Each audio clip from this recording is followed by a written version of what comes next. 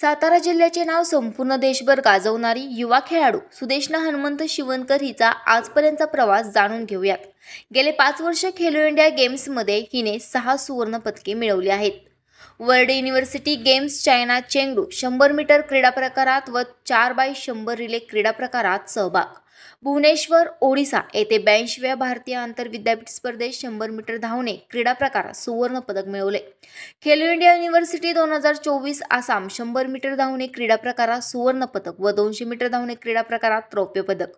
चेन्नई येथे भारतीय आंतरविद्यापीठ स्पर्धेत 100 मीटर धावणे क्रीडा प्रकारात सुवर्ण पदक तर 200 मीटर धावणे क्रीडा प्रकारात कांस्य पदक मिळवले। Khelo India university 2023 Lucknow 100 metre धावणे क्रीडा प्रकारात रौप्य पदक तसेच 200 मीटर धावणे क्रीडा प्रकारात सुवर्ण पदक मिळवले। अमेरिका केली कोलंबिया येथे झालेल्या वर्ल्ड अंडर 20 ॲथलेटिक्स चॅम्पियनशिपमध्ये 100 मीटर व 200 मीटर क्रीडा प्रकारात सहभाग। क्रीडा विश्वात चमकदार कामगिरी करून आपला ठसा उमटवणाऱ्या सुदेशनाला अनेक पुरस्कार मिळाले आहेत। यामध्ये राजमाता जिजाऊ महिला पुरस्कार, अहिल्यादेवी महिला पुरस्कार, शासनाचा आदर्श खेळाडू पुरस्कार यांचा समावेश आहे। तर तिचा प्रवास नेमका कसा होता, आमचे प्रतिनिधी राज देशमुख यांनी घेतलेल्या मुलाखतीमधून जाणून घेऊयात। नमस्कार, तुम्हा सर्वांचं स्वागत आहे SSM न्यूज चॅनलमध्ये। मी राज देशमुख। आता आपण सातारा शहरात आहोत। सातारा जिल्ह्याचं ज्या कन्येनं रनिंग स्पर्धेत नाव उंचावलं अशा ताईला आपण ताईचा पूर्ण संघर्षमय जीवन प्रवास जाणून घेणार आहोत। ताई नमस्कार, तुझं स्वागत आहे SSM न्यूज चॅनलमध्ये। तर पहिलाच प्रश्न, ही सुरुवात तू कधीपासून केलीस? तसं म्हणायला गेलं तर खेळाची आवड होती। खेळाचा मला खूप छंद होता आणि हा छंद किंवा ही आवड माझ्या यशामध्ये, माझ्या करिअरमध्ये त्याचं रूपांतर झालं। याचं कारण म्हणजे माझी आई। तिनं हा गुण माझ्यातला हेरला की मी खेळू शकते, मी खेळामध्ये, स्पोर्ट्समध्ये एक ॲथलीट म्हणून एक करिअर बनवू शकते। हा गुण तिनं हेरला आणि ती मला छोट्या मोठ्या स्पर्धेमध्ये भाग घेण्यासाठी प्रोत्साहित करत होती। घरचा तुला सपोर्ट होता का? आईचा सपोर्ट होता पण वडिलांचा वगैरे बाकी क्षेत्रात जाण्यासाठी तुला सपोर्ट होता? माझे पप्पा पोलीस डिपार्टमेंटमध्ये आहेत। ते पोलीस सर्व्हिस करतात। पोलीस म्हटलं किंवा पोलीस सर्व्हिस म्हटलं की ते 24 आवर सर्व्हिस असते। खूप बिझी शेड्यूल्स असतात, ड्युटी असतात, बंदोबस्त असतो। त्यातूनही रानातली कामं किंवा शेतातली कामं सांभाळत, ड्युटी सांभाळत माझ्यासोबत विविध राज्यांमध्ये, विविध जिल्ह्यांमध्ये ते जिथे कुठे स्पर्धा असतील तिथे माझ्या ते सोबत असतात, कायम सोबत असतात। माझ्या आईचं सांगायचं झालं तर डाईट आणि माझी आई एक खूप छान समीकरण आहे। म्हणायला गेलं तर खेळ आणि डाईट हा खूप महत्त्वाचा घटक आहे डाईट खेळा। त्याच्यामुळे आज मी या यशापर्यंत पोहोचले आहे आणि तिचा सर्वात मोठा रोल आहे माझ्या या करिअरमध्ये। तर मी आवडीनं सांगेन की माझी एक मोठी बहीण आहे देवयानी शिवणकर म्हणून। तर ती मला कायम सपोर्ट करत असते, कायम मला मी कधी डगमगले तर मला आधार म्हणून ती कायम मला मोटिवेट करत असते। गोष्ट अशी की माझे कोच जे मला सांगत असतात कायम की तू जर मुलगी म्हणून ट्रेनिंग केलंस तर कदाचित आपल्याला त्या यशापर्यंत पोहोचायला खूप वेळ लागेल, पण एक मुलगा म्हणून जर तू ट्रेनिंग केलंस तर ते यश आपल्याला लवकर भेटेल। त्यामुळं मी स्वतः असं काही समजत नाही की मी एक मुलगी आहे आणि मुलगी म्हणून अडचणी तर नाहीत आल्या, पण एक खेळाडू म्हणून मला अडचणी खूप आल्या।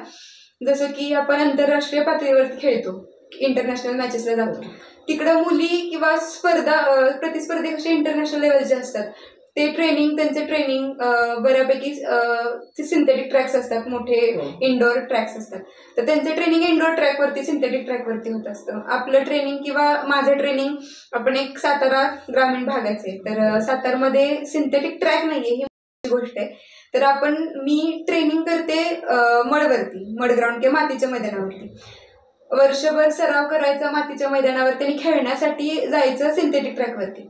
त्यामुळे ही थोडीशी एक अडचण आहे आणि एक आर्थिक अडचण पण थोडीशी जाणवते की एका स्पर्धेसाठी जायचं म्हटलं तर किमान 50-60 हजारांचा खर्च तर येतो। मग वर्षभरात किमान 6-7 वेळा विविध राज्यांमध्ये जावं लागतं, त्यामुळे खर्च भरपूर येतो। तर ते मॅनेज करून माझ्या मम्मी पप्पांनी ते सर्व गोष्टी मला मॅनेज केल्या आणि कोणत्याही गोष्टीसाठी मला म्हणजे स्पोर्ट्स या गोष्टीसाठी मला कधी थांबवलं नाही। म्हणजे आर्थिक अडचण माझ्या करिअरच्या मध्ये दिली नाही का? तुला मार्गदर्शन करणाऱ्या गुरूंबद्दल तू काय सांगशील? गुरूंबद्दल सांगायचं झालं तर शब्द खूप अपुरे पडणार आहेत, कारण ते व्यक्तिमत्व म्हणजे त्यांच्याबद्दल बोलायचं झालं तर शब्द नाहीयेत। कारण मी 2017 साली मी त्यांच्याकडे ट्रेनिंगला सुरुवात केली. गेले 6-7 वर्ष आता मी त्यांच्या मार्गदर्शनाखाली ट्रेनिंग करते. खरं तर माझा लाईफचा जो टर्निंग पॉईंट होता की खेळातलं करिअर किंवा स्पोर्ट्सचं करिअर, एक ॲथलीट म्हणून जे माझं करिअर सुरू झालं, त्याचा टर्निंग पॉईंट म्हणजे बाबर सर, माझे गुरु. बळवंत बाबर सर त्यांचं नाव आहे, माझे गुरु, माझे कोच आहेत ते. त्यांच्यामुळे हा एक लाईफला टर्निंग पॉईंट भेटला मला. त्यांनी दिले जे काही संस्कार आहेत किंवा त्यांनी दिलेले आदर्श, त्यांनी लावलेली शिस्त, त्याच्यामुळे आज मी यशाच्या ह्या शिखरावरती चढत चालली आहे. त्यांनी जे माझ्यासाठी काही स्वप्न बघितलेत, जे काही त्यांनी स्वप्न माझ्यासाठी पाहिलेत की मी इंटरनॅशनल लेवलला खेळेन, एक मेडल्स करेन इंटरनॅशनल लेवल, ते मी नक्की त्यांचं स्वप्न साकारेन. हीच माझी त्यांच्यासाठी एक गुरुदक्षिणा राहील, छोटासा माझा एक ट्राय त्यांच्यासाठी. तू या क्षेत्राची किती वर्ष झाली तयारी करतेस? गेले 6-7 वर्ष या स्पर्धेमध्ये मी खेळत आहे. मी ॲक्च्युली 100 मीटर्स आणि 200 मीटर्स स्प्रिंटर आहे आणि गेले 6-7 वर्ष अतोनात मेहनत, जसं की मॉर्निंगला जिम, इंटेन्सिव्ह वर्कआउट, संध्याकाळी स्प्रिंट वर्क, जे काही वर्कआउट जे माझे काही कोच बाबर सर जे काही शेड्यूल करतात, ते गेले 6-7 वर्ष, आता हे 8वं वर्ष सुरू आहे माझं. तुला आतापर्यंत कोणकोणते अवॉर्ड मिळाले? राजमाता जिल्हा क्रीडा पुरस्कार एक आहे, राजमाता पुरस्कार, तो मला भेटला. त्यानंतर अहिल्यादेवी पुरस्कार एक भेटला आणि आदर्श खेळाडू म्हणून एक महिला प्रवर्गामध्ये फिमेल कॅन्डिडेट म्हणून एक आदर्श खेळाडू असतो, तो मला भेटला.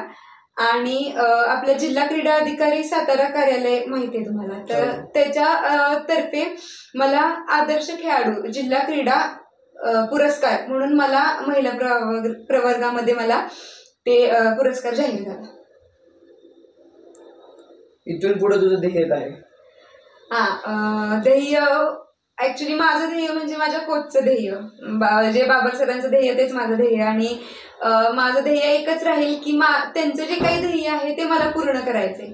त्यामुळे त्यांचं स्वप्न आहे की इंटरनॅशनलला मेडल, ऑलिम्पिक्सपर्यंत जाणं, 2028चं ऑलिम्पिक्स, एक इंटरनॅशनलचं मेडल्स, आणि हे त्यांचं ध्येय आहे. आणि त्यांचं ध्येय म्हणजे माझं ध्येय, त्यासाठी अतोनात मेहनत चालू आहे, करत आहोत आणि नक्कीच ह्या ध्येयापर्यंत मी पोहोचेन.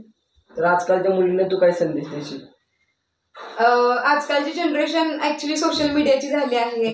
मीडियाच्या बाहेर आलो तर खूप छान एक लाईफ आहे जी आपल्याला जगता येते, की जशी स्पोर्ट्स लाईफ आपण ट्रेनिंग करतो, नाही जरी ॲज अ करिअर म्हणून नाहीच करता आलं तर स्पोर्ट्स ॲज अ फिटनेस म्हणून खूप बेटर आहे, की स्पोर्ट्समध्ये आपण फिट राहतो.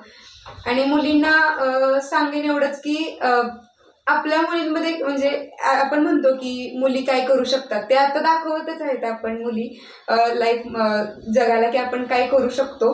भरपूर वेगवेगळ्या क्षेत्रामध्ये आज आपण मुली म्हणजे आम्ही मुली लिडिंगला आहोत. तर असं काही नाही की कोणतीच गोष्ट मुलींना अवघड आहे किंवा त्या करू शकत नाहीत. सगळ्या गोष्टी आजकाल मुलींना सोप्या झाल्या आहेत. त्या क्षमतेवरती विश्वास असायला पाहिजे, स्वतःवरती विश्वास असायला पाहिजे, मेन म्हणजे आपल्या गुरूंवरती विश्वास असायला पाहिजे, की आपले जे काही गुरु आपल्याला मार्गदर्शन करतात ते आपल्यासाठी कायम युजफुल आहे. तर आज आपण रनिंग स्पर्धेत आपल्या सातारा जिल्ह्यात नाव रोशन केलेलं व अनेक पुरस्कारांनी सन्मानित झालेलं सुदेशना शिवणकर हिचा संपूर्ण संघर्षमय प्रवास जाणून घेतला. तिला इथून पुढील वाटचालीस आपल्या SSM न्यूज चॅनलकडून शुभेच्छा तर कायमच राहतील व असेच नवनवीन संघर्षमय व्हिडिओ पाहण्यासाठी आपल्या चॅनलला सबस्क्राईब करा. धन्यवाद. थँक्यू.